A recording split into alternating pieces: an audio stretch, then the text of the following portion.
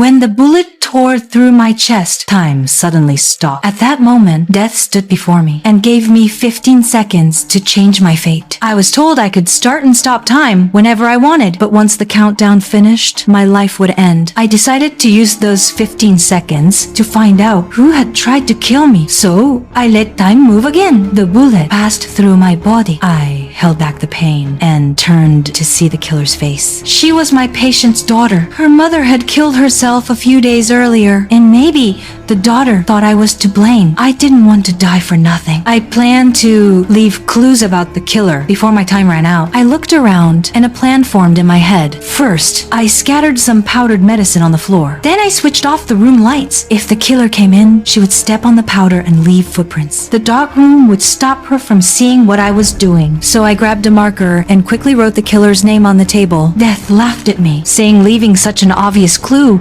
was pointless because the killer would change it. But that was exactly what I wanted. I smashed a vase and wet the table with water, then threw the marker away. If the killer tried to erase the name, she would have to use the other pen on the table. That pen had a different ink, and the experts would be able to tell which writing was original. My plan didn't stop there. I wanted the killer to pay with her life. I stuck 2 roses into a power outlet, then kicked over a bucket of water onto the floor. When the killer entered, the water on the table and the wet floor would form a closed circuit, and the killer would be electrocuted instantly. Death praised my plan, but then the unexpected happened. Time flowed again, and the killer fired a second bullet at me.